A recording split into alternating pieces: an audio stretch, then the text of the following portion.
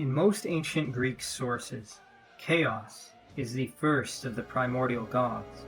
Today we generally think of chaos as an unformed mass, hence chaotic, but this notion was born later from various philosophical traditions which reuse the name for their own purposes. So what is chaos, and why was she the first? I am Kevin McLean. If you'd like to support the channel, please check out the links below. Chaos means nothingness, but more specifically, it means a gap or a chasm.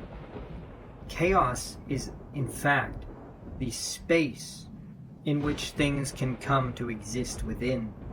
For anything to exist, there must be somewhere for it to exist within. This is conceived as being air, or space, or void, or nothingness. While some later Greek commentators equate chaos with air, this may not be the best interpretation. The primordial deities which come after chaos, Earth, Tartarus, and Eros, are not necessarily born of chaos, but can only exist after the gap or space has appeared, as chaos is also very closely associated with the underworld and darkness, with her directly stated children being Erebos, darkness, and the mists of the underworld, and Nyx, night.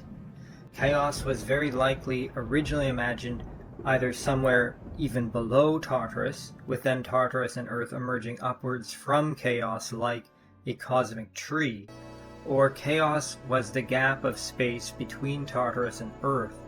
We are told by Homer that an anvil falling from heaven would take 9 days to reach the earth, but likewise the same anvil falling from earth would take 9 days to reach Tartarus. Thus there is an immense space equivalent to the sky beneath the earth, and Tartarus serves as a type of foundation.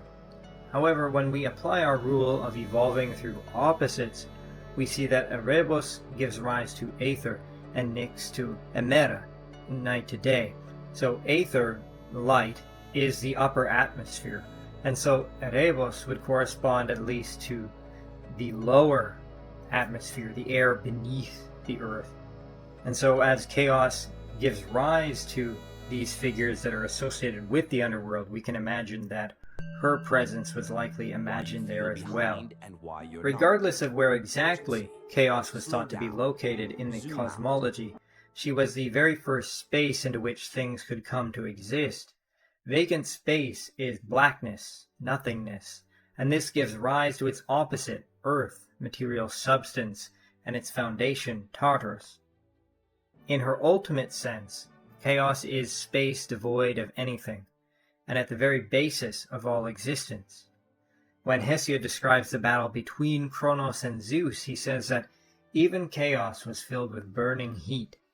This might be interpreted as the very bottom of existence being affected by the great battle, and that the might of Zeus penetrated through all existence.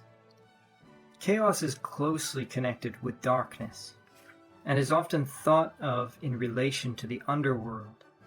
This is related likely to a concept of the underworld as a vacant place of space and gloom, and space by itself is nothingness.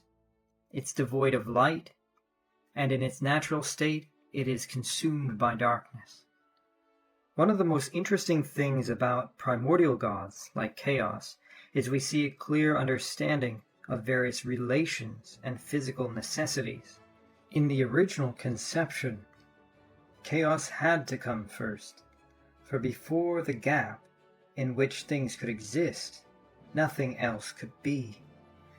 Space is dark, gloomy, and deep by its nature, and so these are her children.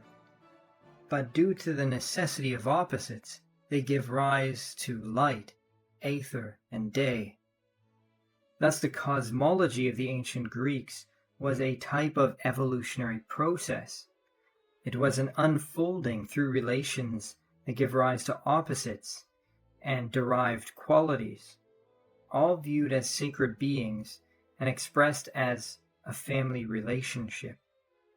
Now, all of these concepts are also necessary to understand when it comes to looking at the nature of the gods that arise out of these primordial forces.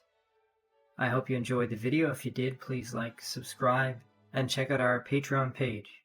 And as always, stand tall.